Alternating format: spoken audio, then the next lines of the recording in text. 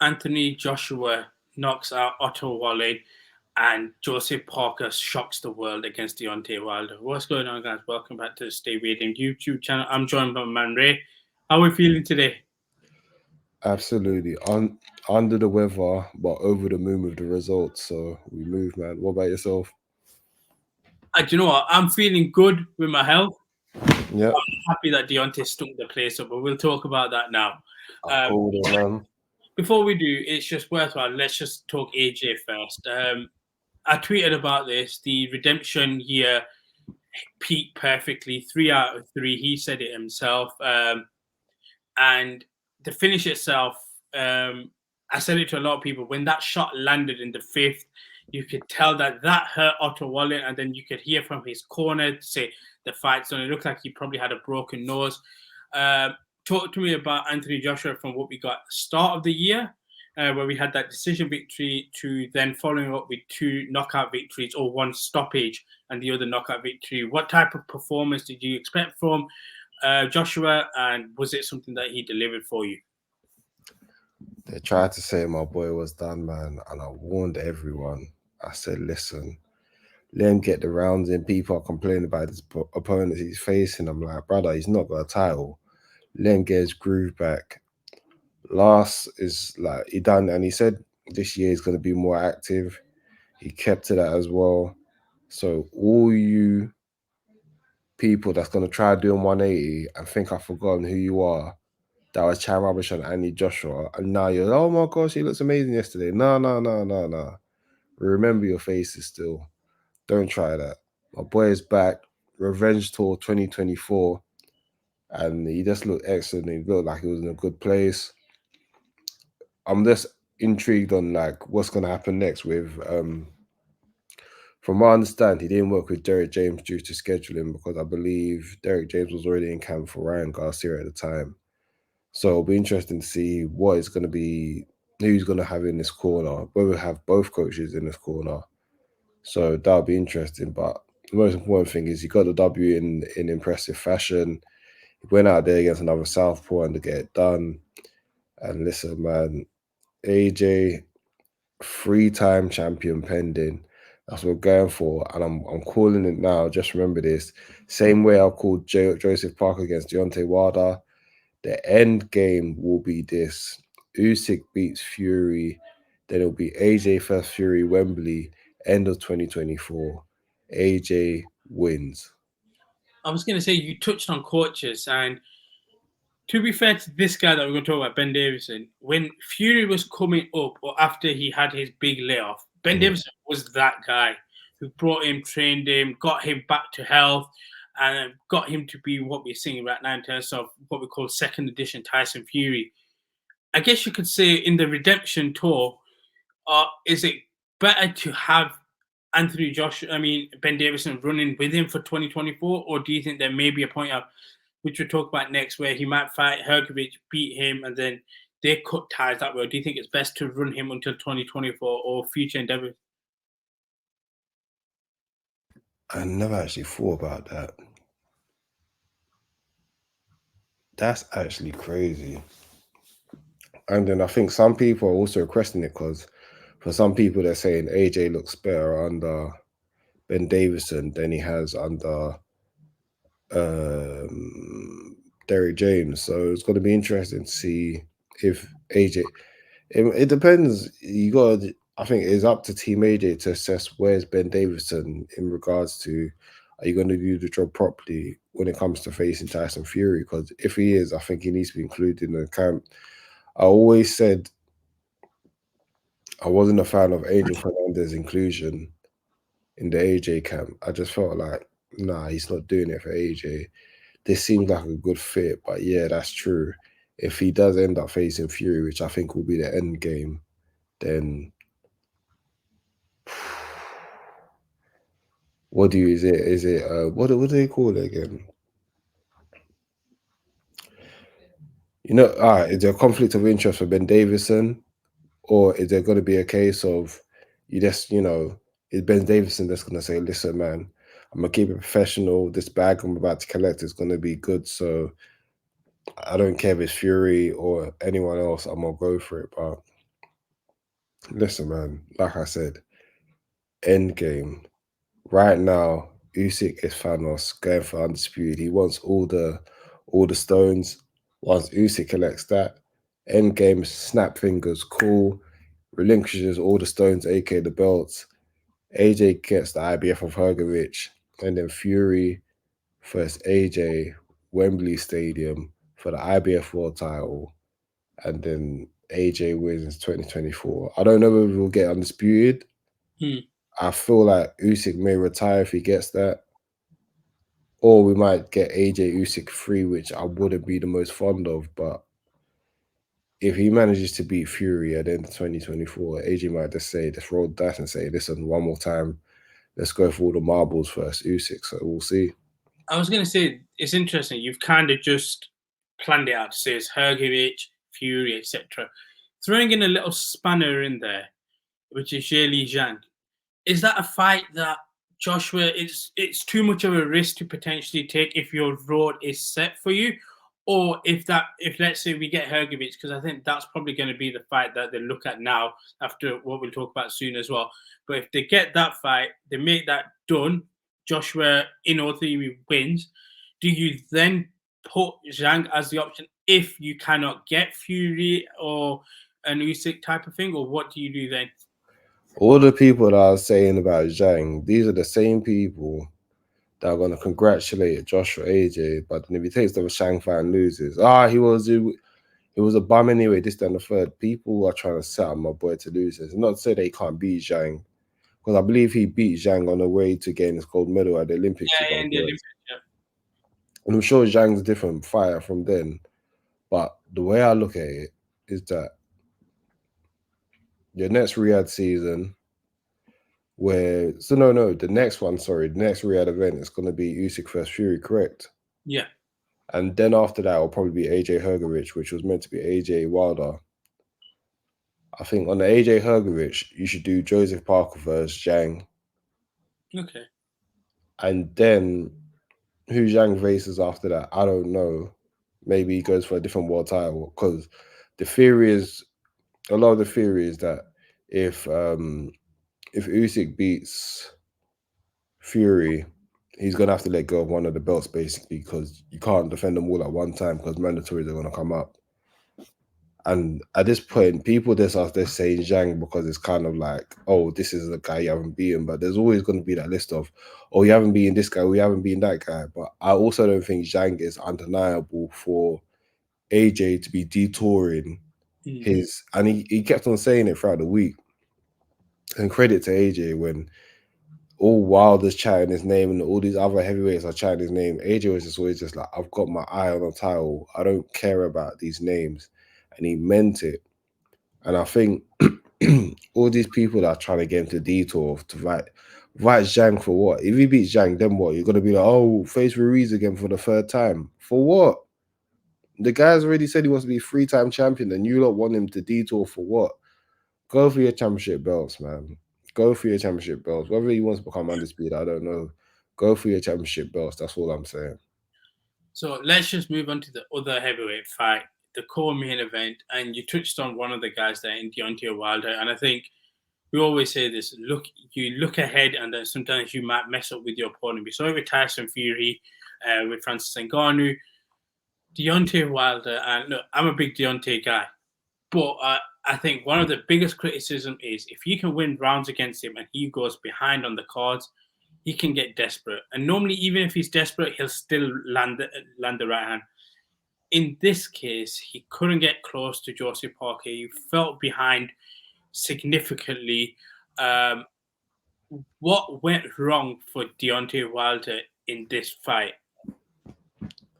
There's two paths to this. One path is saying the whole thing of during the post fight, and he was just like, I'm at peace. He got what do you do? Ayahuasca and all of that. Listen, man. Excuse me.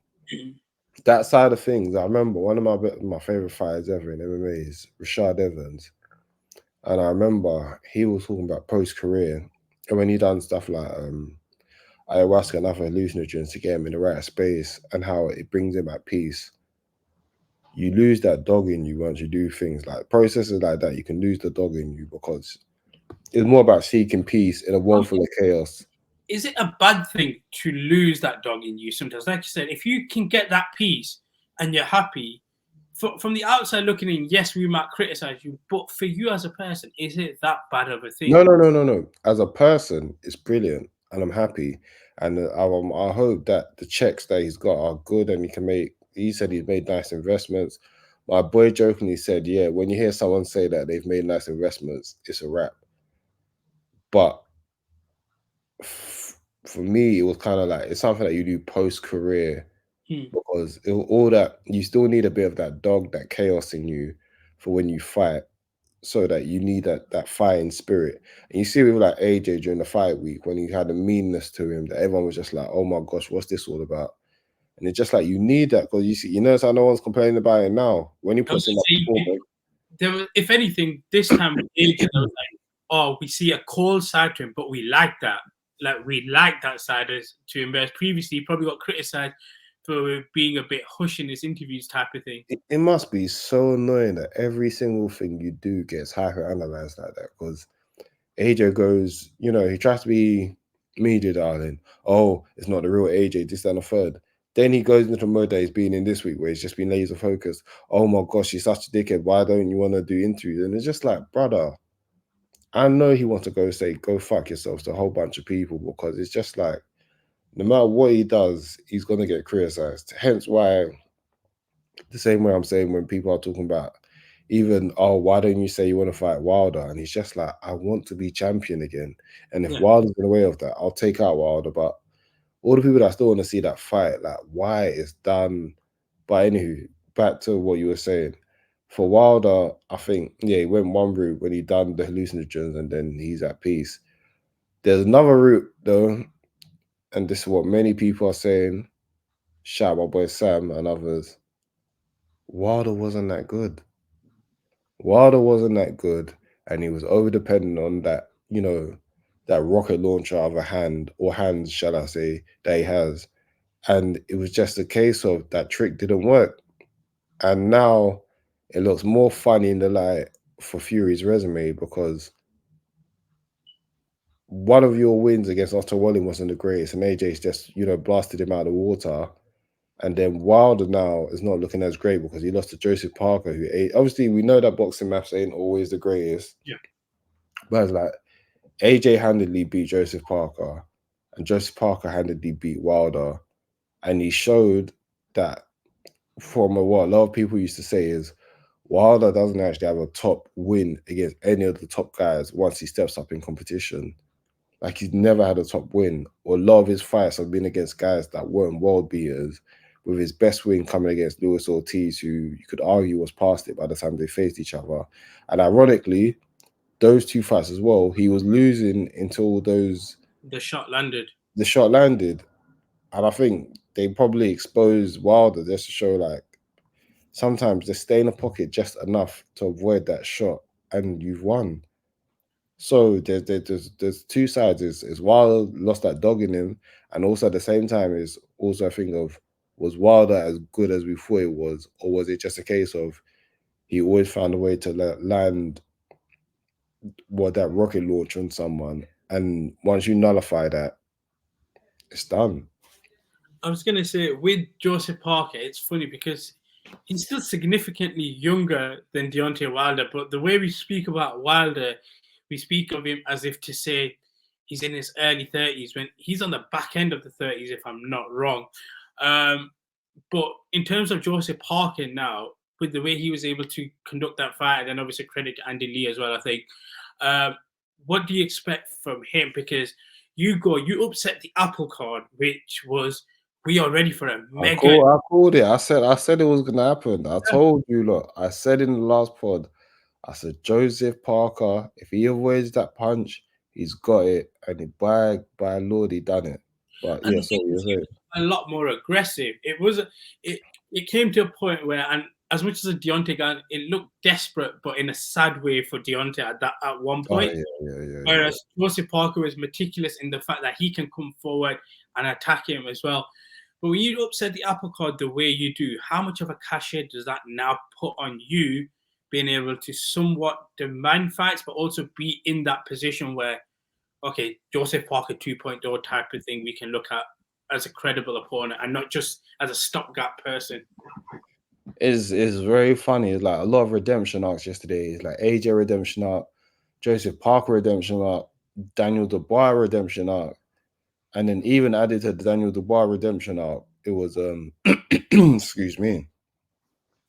There was a tweet from Joe Joyce who said like, I beat Joseph Parker and I beat Daniel Dubois.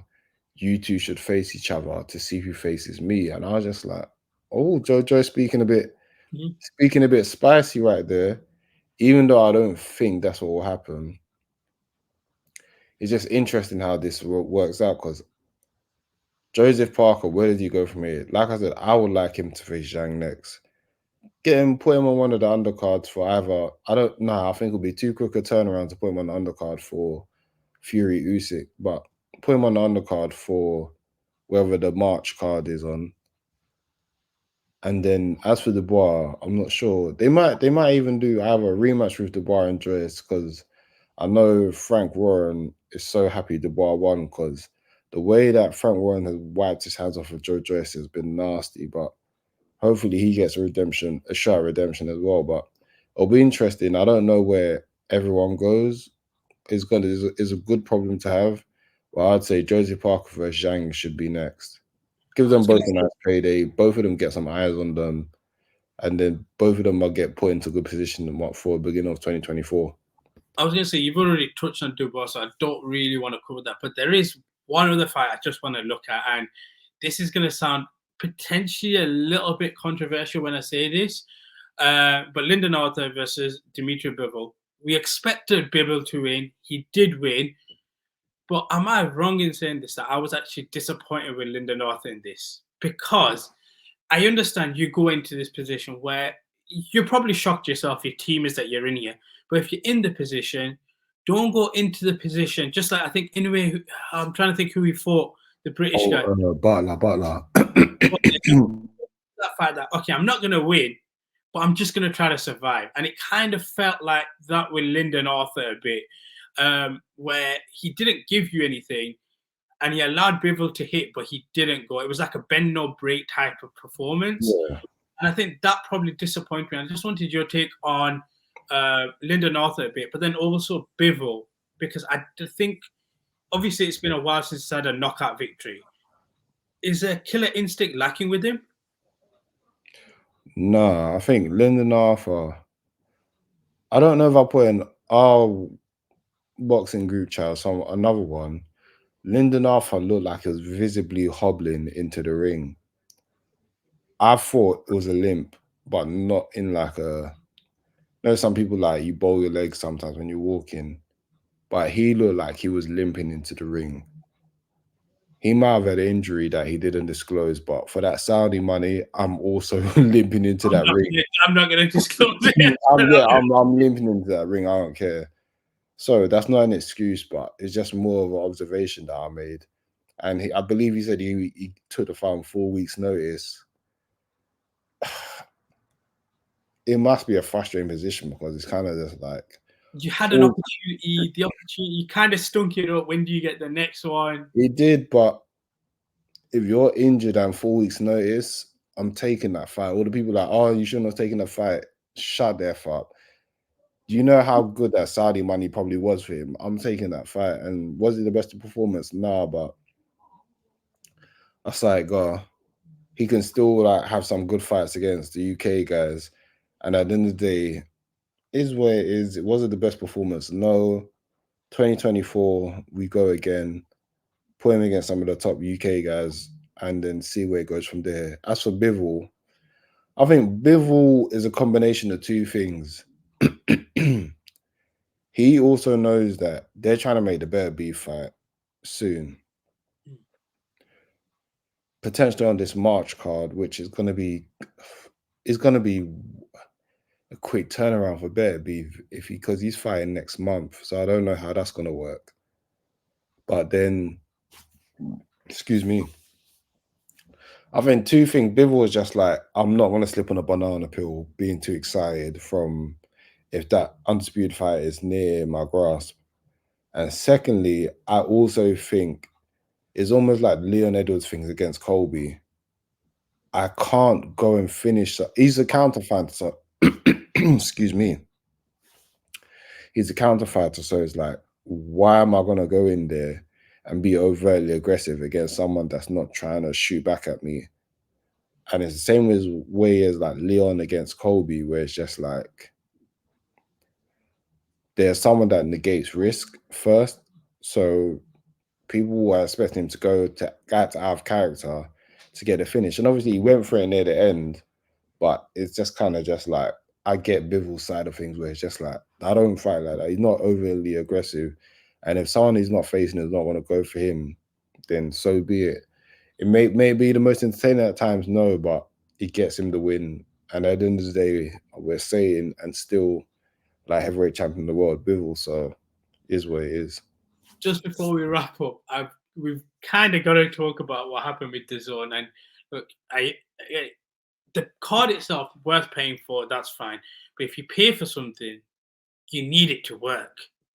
You can't be going into the main headline fight and something drops, like your audio drops. Like if you're DAZN, you've had people come to you previously saying, look, our stream didn't load. You didn't refund them. You basically said, here you go, have another fight to watch for free that they probably don't care about as much. Is what type of like, I know it sounds silly, but these little issues, if they keep propping up for DAZN, how much of a problem is that going to be going into like 2024 and stuff like that when they advertise these sort of big cards and stuff? They need to be careful because they also got to remember, especially for like Riyadh season, TNT are also streaming this as well. And so they will lose customers to TNT if they carry on doing this. Secondly, I feel like they need to give customers that actually show proof of purchase, they need to give them a good pay-per-view back. Not like you said, a throwaway card. No. When there's a good pay-per-view coming up, they need to say, those customers that bought the AJ1 as a gesture of goodwill, here's another pay-per-view free of charge because we messed up.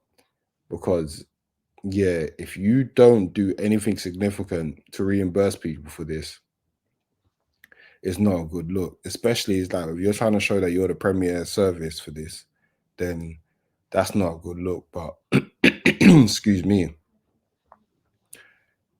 We go again. I don't know if Usyk versus Fury is going to be on DAZN because I think that'll probably. I think look, they were saying that Frank basically said to some of the guys in production, cut the audio right now when Joshua came out because he was like, I got half dog in it, but not a full dog. Right, well, you lot thought Frank was just going to play fair. Frank was going to get his lip back one way or another, man. But yeah, maybe that was it, man. Maybe Frank was just like, you lot think I'm playing fair now? And then we'll see, man. Just before we wrap up, I want to ask you your overall rating of boxing this year out of a 10. What would you give it, considering some of the fights we may not have had, boxer performance, etc.? What would you rate boxing out of a 10 this year? For as much as people like to complain about boxing don't do this, boxing don't do that, 2023 was actually a good year for seeing undisputed fights. We got Inoue against Stephen Fulton, which was amazing. We got Terence Crawford first, Errol Spence, which was amazing. We saw undisputed fight between Devin Haney defend all his belts against Loma. The AJ redemption arc. Canelo brought it back, beat Jamel Charlo. I think an 8 out of 10. And obviously can't forget the women as well did their thing. The women did their thing. Serrano did her thing. Katie Taylor first. Chantel Cameron. Kate got a lick back after a loss. You got Gervonta Davis versus Ryan Garcia. Even saying it all off was, remember, we had Plant against Benavidez and Benavidez against Andrade. Showtime, bidded farewell in fashion. Listen, man, even though it was a lot of Showtime's fault, I love the bigger fights didn't happen in previous years. Showtime went out with a bang, putting on a lot of the best fights this year, or a lot of the biggest fights, should I say, whether it be Tank, whether it be Canelo, or whether it be Crawford, who just had one of the most stellar performances in recent years. So I'd give boxing an 8/8.5 out of 10. It's had a very strong year. As much as people like to complain, it's had a very strong year.